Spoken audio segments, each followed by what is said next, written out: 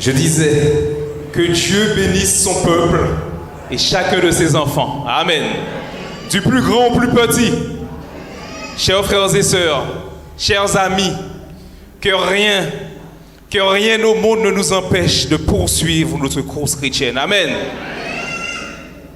Et la dernière fois que j'ai eu la joie d'intervenir ici, c'était dans le cadre de notre GPS infaillible. Et j'aime à croire que chacun d'entre nous, nous gardons notre GPS près de notre cœur. Que chacun de nous, nous marchons dans le tracé que ce GPS a prévu pour nous. Amen. Et c'est également une joie pour moi de saluer nos amis internautes, chacun de nous, nos visiteurs ici présents.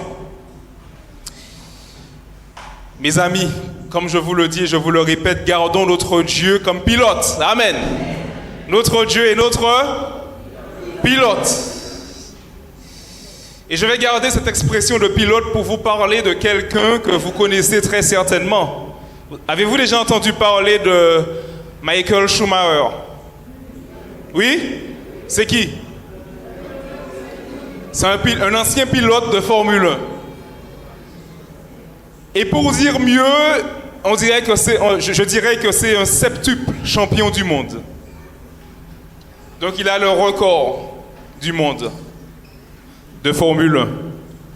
Mais j'aimerais m'attarder sur l'événement qui se déroula le 29 décembre 2013, alors que Michael était accompagné de sa famille à Méribel, en Savoie, pour faire du ski.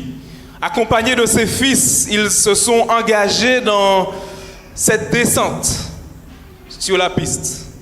Et alors qu'ils s'engageaient dans la descente, j'imagine que Michael, qui était plus adepte, plus amateur de sensations fortes, a pris plus de risques. Et alors qu'il s'engageait dans cette descente, il heurta un rocher. Et en heurtant ce rocher, sa tête a fracassé le rocher. On dit même que son casque fut brisé. Et cela a entraîné même un traumatisme crânien qui a par la même nécessité une intervention neurochirurgicale. Et inutile de vous dire qu'à ce moment donné, son pronostic vital était engagé. Mais pour faire simple, j'aimerais vous présenter un personnage biblique et cela se trouve dans 2 Samuel au chapitre 11. Et ce chapitre nous présente un personnage que le péché avait également entraîné dans une chute vertigineuse.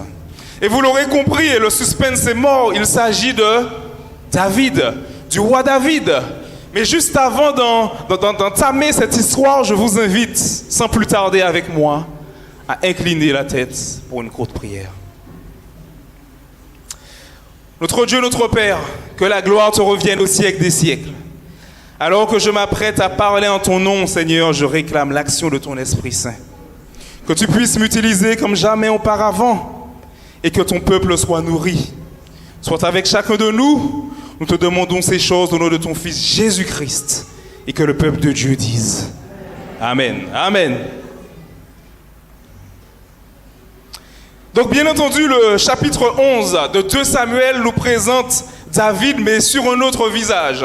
Le chapitre 11 nous présente un David pour lequel son pronostic vital, éternel, était engagé. Et lorsque nous lisons le chapitre 1er, il nous est dit, l'année suivante, au temps où les rois se mettaient en campagne, David envoya Joab avec ses serviteurs et qui? Et tout Israël pour détruire les fils d'Ammon et pour assiéger Rabat. Mais David resta à Jérusalem. Il se dit, mais David resta à Jérusalem. Il nous est par la suite parlé d'une promenade de David un soir où il nous a dit qu'il se promenait sur le toit de la maison royale et il aperçut une femme. Et nous connaissons la suite de l'histoire. Il a d'abord convoité cette femme et il coucha avec elle. Et les événements se sont enchaînés. Et la question que nous nous posons, c'est comment un homme comme David a-t-il pu tomber aussi bas?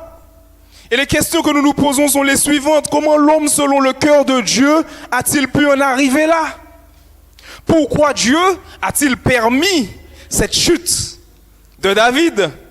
Comment un homme de Dieu a-t-il pu tomber d'une telle hauteur? Et bien souvent, nous comprenons que ce qui a entraîné la chute de David, c'était sa convoitise.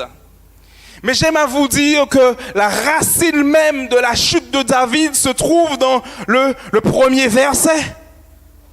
Puisqu'il nous est dit que le peuple était en guerre. Et il nous est dit que David envoya Joab. Il y a là une gradation, un homme, Joab.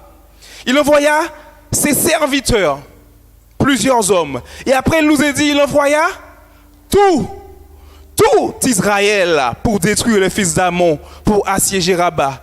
Mais il y a une conjonction de coordination. Mais, et cette conjonction nous montre qu'il y a une opposition entre l'activité du peuple et la passivité de son roi David. Puisqu'il nous a dit, mais David resta à Jérusalem.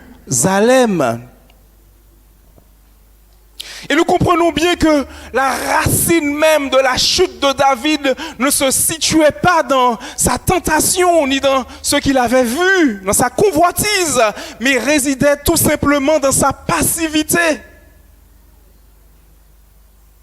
Car il y a un contraste criant entre l'activité du peuple et la passivité de David. Il nous a dit, mais David resta à Jérusalem. Il y a deux parallèles intéressants que nous pouvons faire entre David et nous aujourd'hui. Comme David, nous avons du sang royal qui coule dans nos veines. Amen. Et oui, car nous sommes un royaume de sacrificateurs. Amen. Par le sang de Jésus-Christ, gloire à Dieu. Alléluia pour cela. Mais comme David également, deuxième parallèle, nous aimons parfois nous reposer en période de campagne et de guerre spirituelle.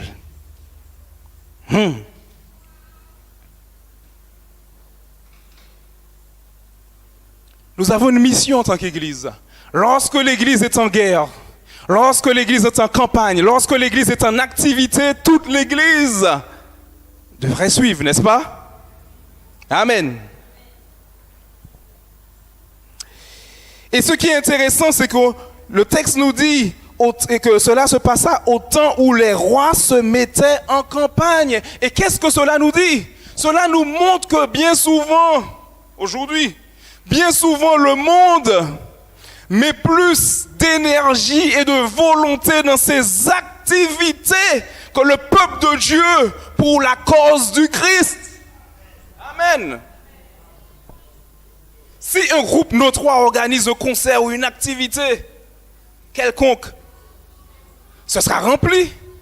Beaucoup de personnes mettront de l'énergie pour ces choses, n'est-ce pas?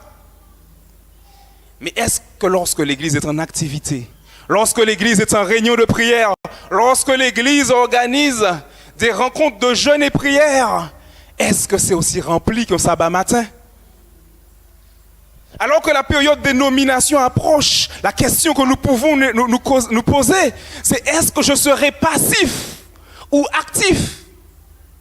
Est-ce qu'il sera dit de moi comme il a été dit de David, mais il resta se reposer? Tout le monde est en activité, le peuple est en activité, mais est-ce qu'il y aura cette conjonction de coordination adressée à mon endroit pour montrer ma passivité, ma oisiveté? Alors que Dieu attend de moi d'être un combattant, d'être un guerrier pour sa cause, n'est-ce pas? Ce sont des questions que nous devons nous poser. Et je vous invite à méditer sur cela. Suis-je passif ou actif pour la cause de Dieu, pour la cause de mon Père? Et en continuant l'histoire, nous voyons parce que David était passif, parce que David n'était pas dédié à ce moment-là, corps et âme et esprit, à la cause de Dieu, il a eu du temps pour autre chose. Et la question se pose à nous aujourd'hui. Est-ce que bien souvent dans nos églises, on aurait eu le temps de prendre des bilans ou d'avoir des problèmes ou d'avoir des guerres si on était dédié, corps, âme et esprit à la cause de Dieu? Amen. Et comme j'aime à dire, si nous avons ces histoires dans la parole de Dieu, ce n'est pas simplement un narratif quelconque, mais il s'agit là d'un avertissement. Il s'agit là de conseils pour nous. Ce n'est pas écrit là pour les prunes. Ce n'est pas écrit là pour qu'on puisse intellectualiser les Écritures et dire j'ai compris. Mais pour une prise de conscience, mais pour une mise en pratique. Êtes-vous avec moi, mes bien-aimés, jusqu'ici? Et nous voyons, parce que David était passif, parce que David n'était pas impliqué à ce moment dans la cause de Dieu. Et d'ailleurs, je veux souligner un contraste criant entre cet épisode et le vécu de David. Est-ce que vous vous souvenez de l'appel de David? Alors que le prophète Samuel était dans la maison de son père le chercher, alors qu'il devait chercher loin de l'Éternel, on a vu Eliab. Samuel s'est dit, c'est sûrement celui-là, il est grand, il en sait beau. Non. Dieu dit, ce n'est pas celui que j'ai choisi. Samuel a pu rencontrer les différents fils de David, mais il n'y avait point. Et où se situait David à ce moment-là? Il gardait son troupeau, il était en activité. Lorsque personne n'était décidé à affronter le géant Goliath, qui a répondu présent à ce moment-là? David. Donc que se passait-il à ce moment-là dans la vie de l'homme selon le cœur de l'Éternel? Que se passait-il? Et là où cela nous met en garde, c'est que quand bien même nous avons une responsabilité à l'Église, quand bien même nous sommes en poste, nous devons veiller sans cesse. Car n'oublions pas que David était qui à ce moment-là? David était le roi d'Israël. Donc chaque responsabilité que Dieu me donne, je dois veiller sans cesse. Parce que David avait bien commencé. Et c'est valable pour nous, nous pouvons très bien commencer une tâche. Mais l'orgueil peut s'installer, la convoitise, beaucoup de choses peuvent s'installer si nous laissons des failles pour l'ennemi. Car si nous laissons ne serait-ce qu'un petit espace pour l'ennemi, croyez-moi, il exploitera. Et c'est alors la descente, c'est alors la chute vertigineuse de l'homme selon le cœur de l'Éternel. Nous avons vu que David a chuté, il a convoité. Après avoir convoité, il a couché, donc il a commis un adultère. Après avoir commis l'adultère, qu'est-ce qui s'est passé? S'est-il repenti immédiatement? Non. Les choses se sont aggravées. La femme en question est tombée enceinte. Et après cela, qu'est-ce qu'il a tenté de faire? Tentative de manipulation, tentative de corruption. Il a voulu orchestrer quelque chose pour qu'Uri puisse rencontrer sa femme, afin de cacher son péché. Et après cela, qu'est-ce qui s'est passé? Lorsque cela n'a pas marché, il y a eu quoi? Il y a eu un meurtre. Il y a eu un homicide volontaire. Et j'imagine que David était tourmenté lorsqu'il a vu que Uri ne coopérait pas. Parce que Uri était quoi? Il était loyal. Uri était loyal, pourquoi? Parce que très certainement, il avait appris du roi qui avait la crainte de Dieu. Il avait observé la loyauté de David. Il avait entendu parler de la loyauté de cet homme qui a refusé de tuer Saül alors qu'il avait l'opportunité.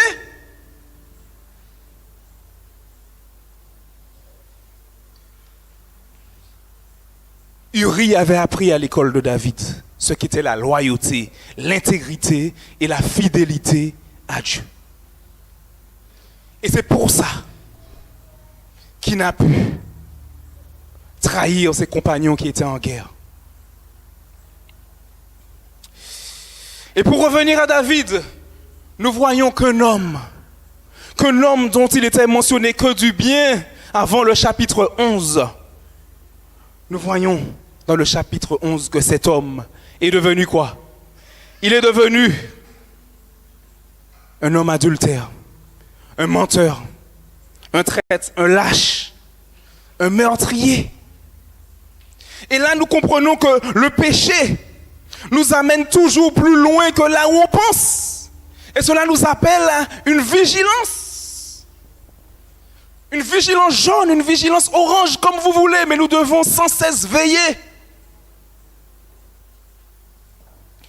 Et si vous ne croyez pas que le péché nous amène plus loin, vous le pensez, allez interroger la jeune fille qui était tentée d'aller en boîte de nuit et qui finalement va céder à sa tentation, ira sur le lieu.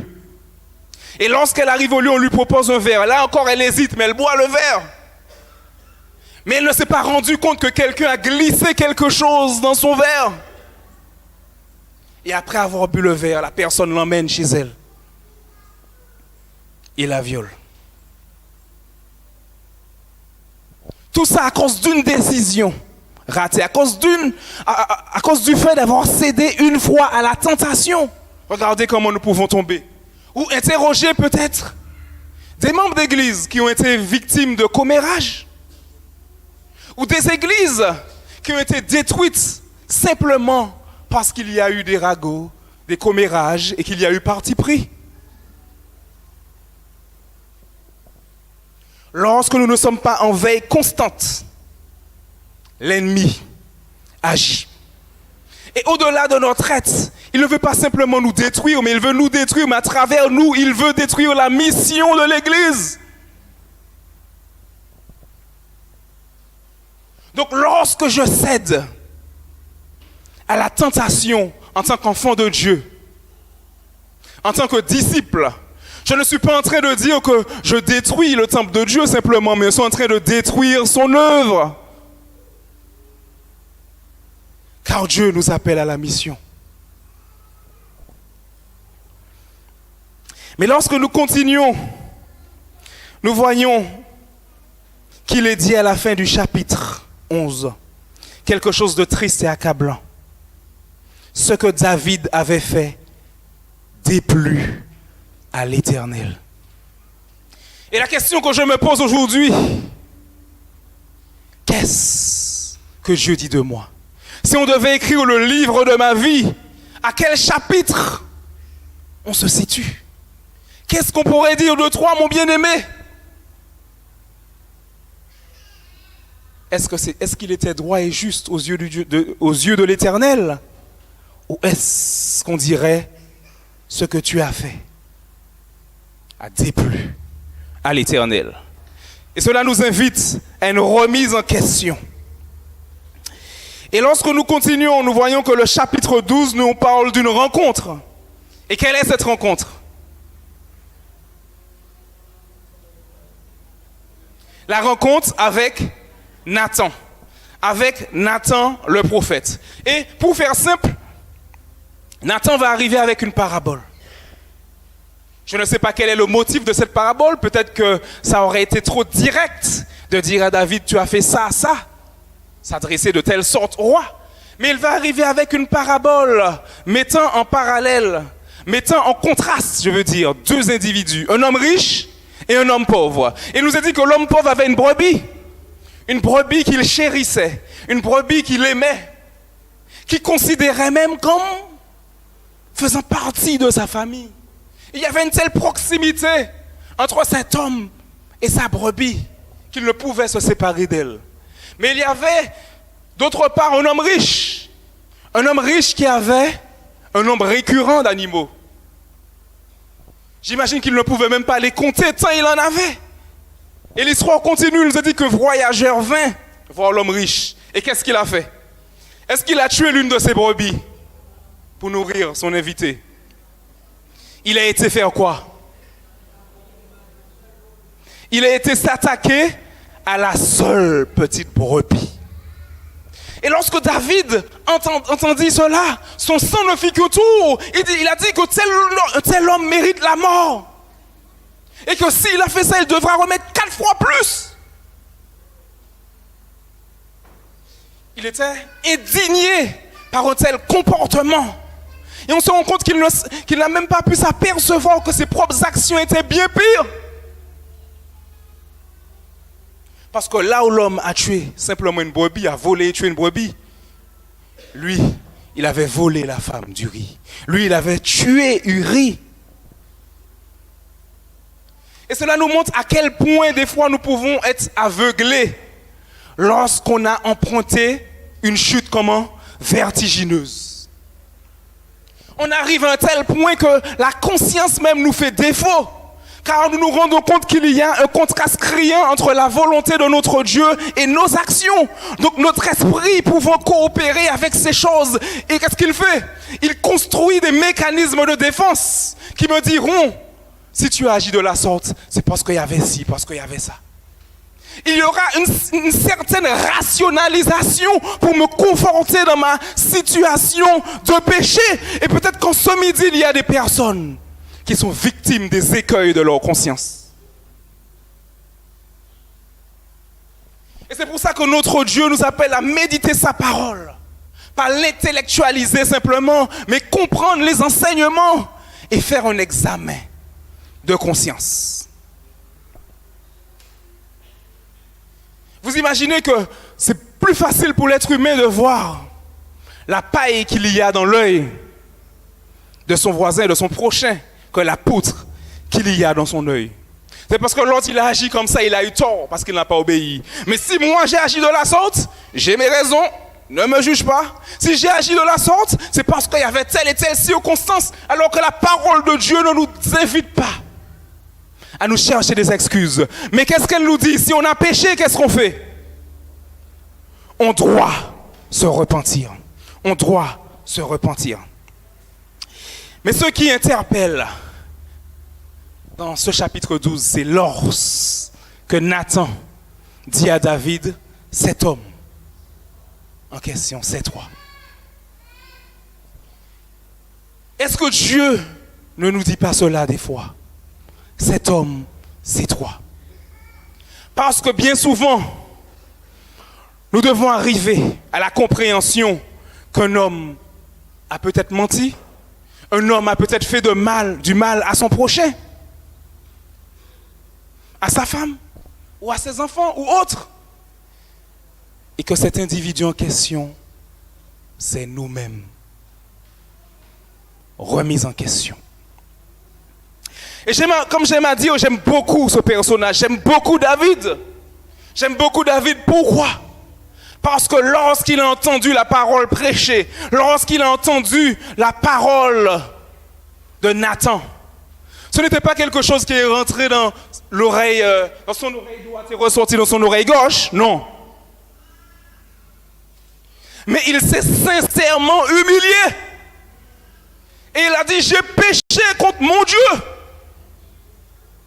Donc ce message n'a pas pour but d'accabler quiconque, mais pour nous rappeler que si nous avons péché, nous avons un avocat auprès de Dieu. Car l'Église de Dieu a besoin de chacun pour le conflit cosmique, chacun pour le combat. Si nous avons fait quelque chose de mal, réglons notre situation.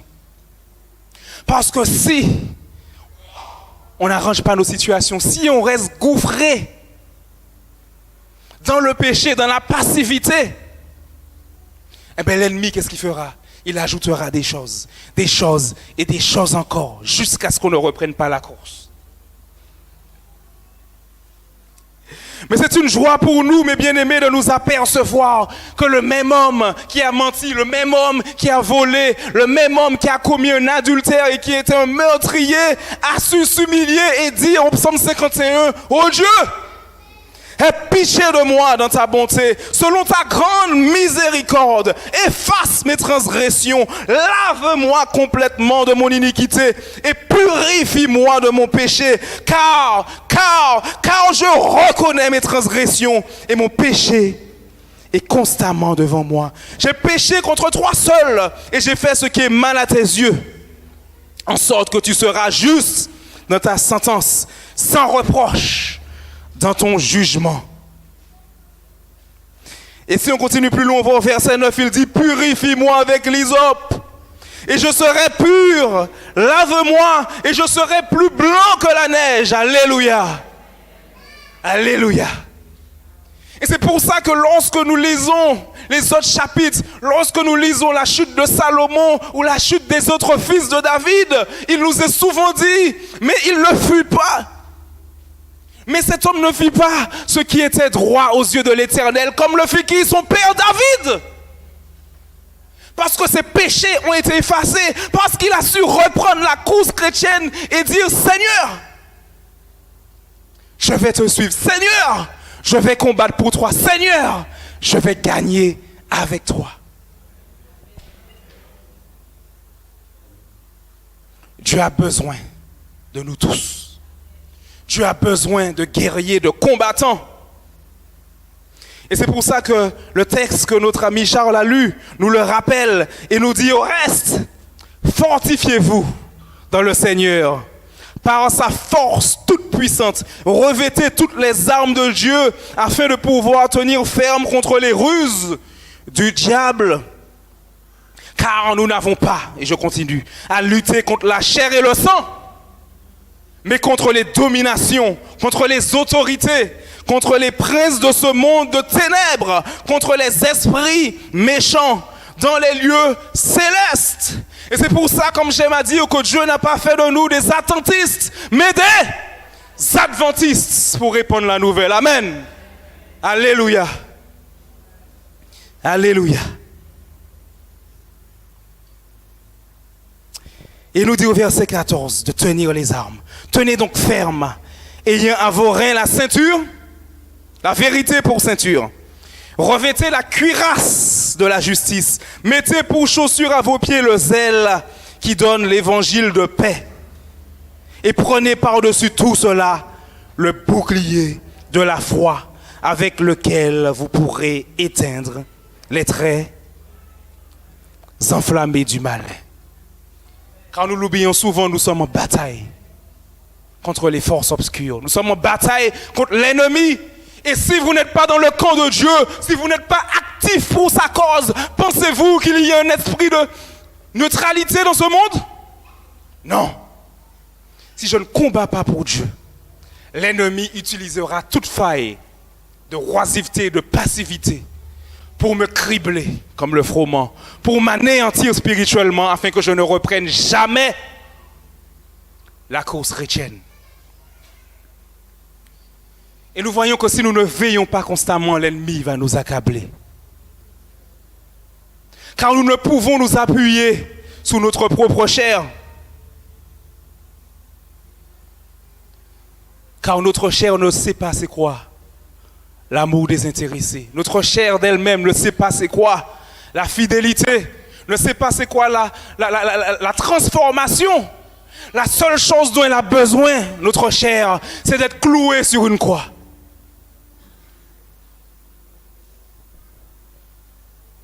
À travers ce que Jésus a gagné pour nous à la croix. Amen. Amen. Et comme j'aime à dire, souvent nous aimons dire une chose. Souvent nous aimons dire, ah, je loue Dieu parce qu'il est mort à ma place. Je loue Dieu parce qu'il est mort à ma place. Mais j'aime à vous dire que Jésus-Christ n'est pas mort à notre place. Mais Jésus-Christ est mort pour nous. Jésus-Christ n'est pas mort à notre place. Mais nous sommes tous morts en Jésus-Christ, en son sacrifice. Et c'est pour ça que l'apôtre Paul dit, si c'est moi, ce n'est plus moi qui vis. Mais c'est Christ qui vit en moi. Et il dit quoi? Il dit qu'il a été crucifié avec Christ sur la croix. Et c'est ce dont nous avons besoin pour le peuple de Dieu. Nous n'avons pas besoin d'un sauveur qui fait les choses à notre place, mais d'un sauveur qui fait les choses pour nous, en nous, avec nous. Gloire soit à Dieu. Car pour nous, Jésus-Christ l'a fait. Je sais que pour moi, Jésus-Christ l'a fait.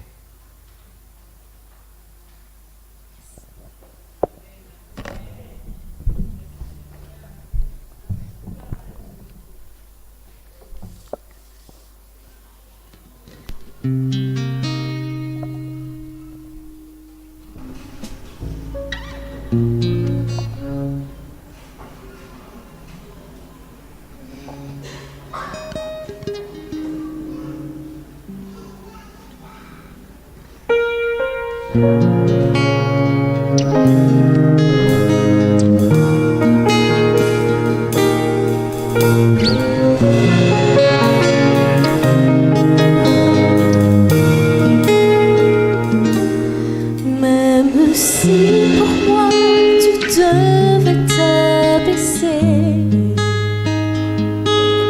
pour porter ma vie et tout réconcilier, me montrer le Père qui m'a tant aimé. Je sais que pour moi tu l'as fait. Je sais que pour moi tu l'as fait. Même si tu devais quitter toute gloire, venir t'incarner, épouser notre histoire, au cœur de chaque homme déposer l'espoir. Je sais que pour moi tu l'as fait. Je sais que pour moi tu l'as fait. Car mon Dieu tient toujours ses promesses, me couvrant de tendresse. Voici quel est mon Dieu, car il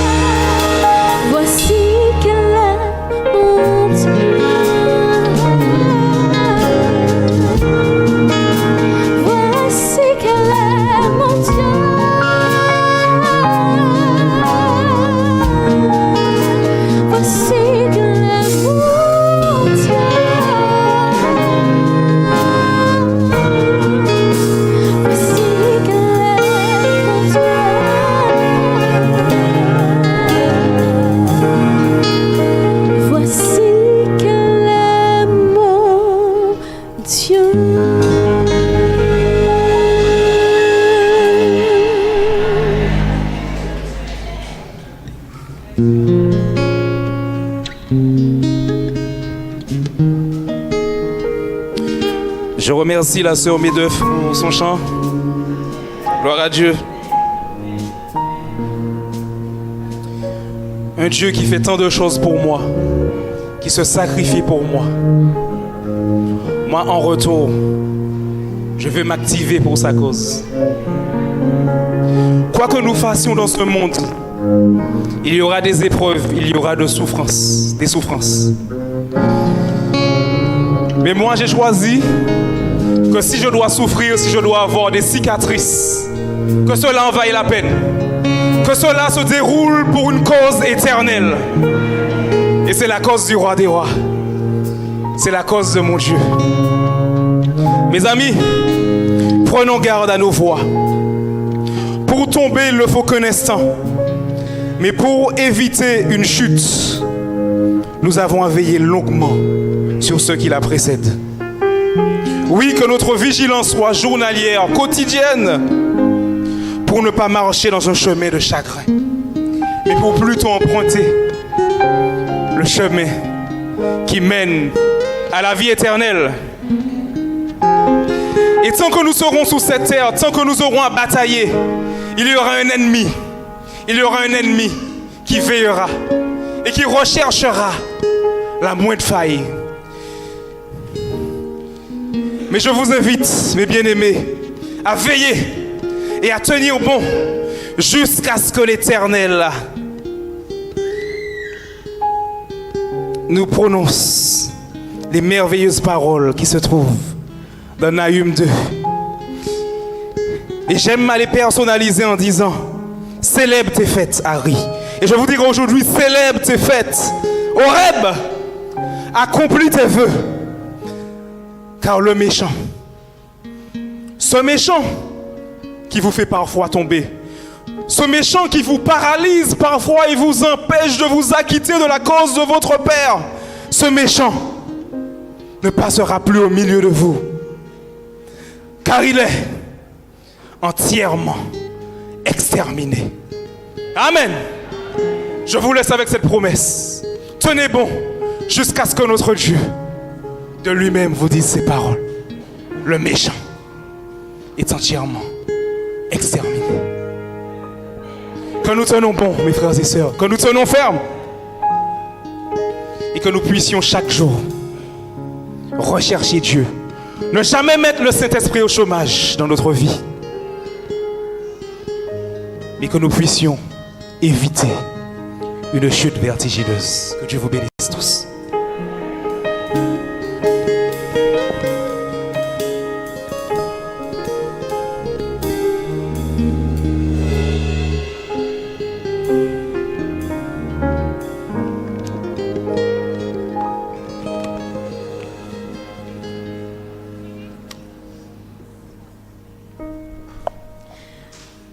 Levons-nous et chantons avec conviction les paroles du 347.